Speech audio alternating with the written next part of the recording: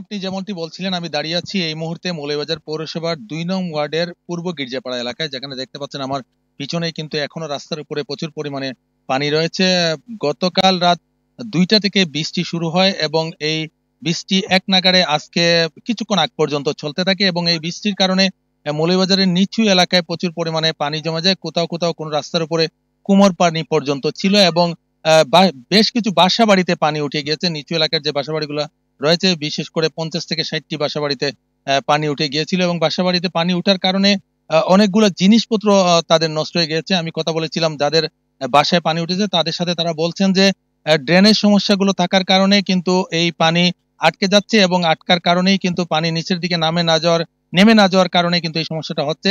তারা বলছেন যে প্রতিটা ড্রেনের মধ্যেই কিন্তু ময়লা আবর্জনা লেগে আছে। এগুলো মাসের পর মাস সেটা পরিষ্কার না করার কারণেই কিন্তু এই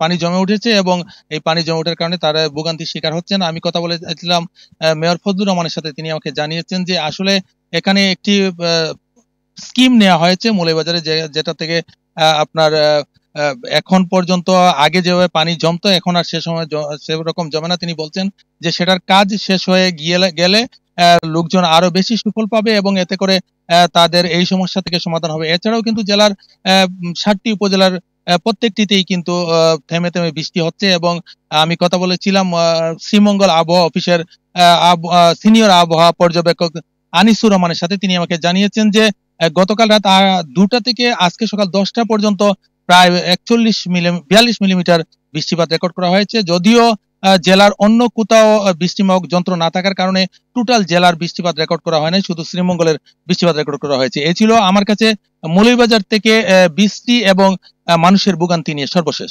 শাফিন, এবার একটু বরিশালের খবর জানবো। অমিত, বৃষ্টিতে বরিশালের সড়কে কোথাও পানি জমলো কিনা, কোনো ভোগান্তি দেখতে পাচ্ছেন কিনা?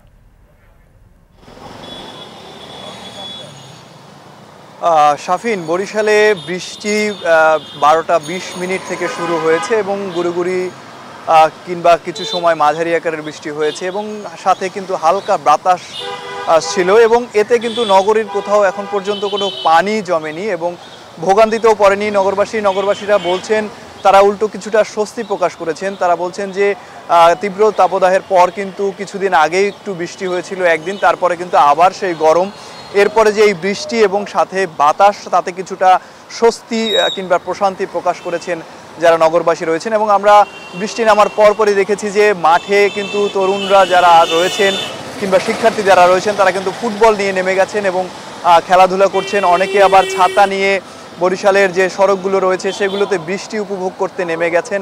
অনেকে যারা রিক্সা চালক কিংবা খেটে খাওয়া মানুষ আছেন তাদের সাথে কথা বলেছি, তারা বলছেন যে গরমের কারণে তারা কিন্তু ছায়ায় বসে থাকতেন কিংবা গাছের নিচে বসে বিশ্রাম নিতেন, কাজ করতে পারতেন না তেমনভাবে।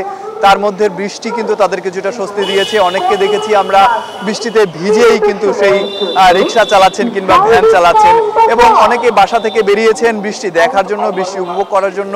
আমরা দেখেছি যে কেউ ছবি তুলছেন সেই বৃষ্টিতে ভিজছেন। সব মিলিয়ে বলা যায় যে বরিশালে আসলে বৃষ্টিতে ভোগান্তির থেকেও কিছুটা স্বস্তি প্রকাশ করেছেন নগরবাসী এবং এখন পর্যন্ত কোথাও কোনো পানি জমেনি। তবে বৃষ্টিতে বেশি বৃষ্টি হলে পানি জমাবার সম্ভাবনা রয়েছে। আবহাওয়া অফিস থেকে যেটি জানিয়েছে, বাতাসের গতিবেগ খুব একটা বেশি ছিল না, 2 থেকে 3 নটিক্যাল মাইল বাতাসের গতিবেগ ছিল। তবে বৃষ্টি পরিমাপের মতো বৃষ্টি কিন্তু বরিশালে হয়নি, গুড়ি বৃষ্টি হয়েছে এবং এই বৃষ্টির ফলে কিছুটা স্বস্তি প্রকাশ করেছে নগরবাসী। তো বরিশাল থেকে বৃষ্টি এবং আবহাওয়া সর্বশেষ ছিল আমার কাছে এই। শাফিন, বরিশাল থেকে সহকর্মী অমিত হাসান। এর আগে মৌলভীবাজার থেকে যুক্ত হচ্ছিলেন সহকর্মী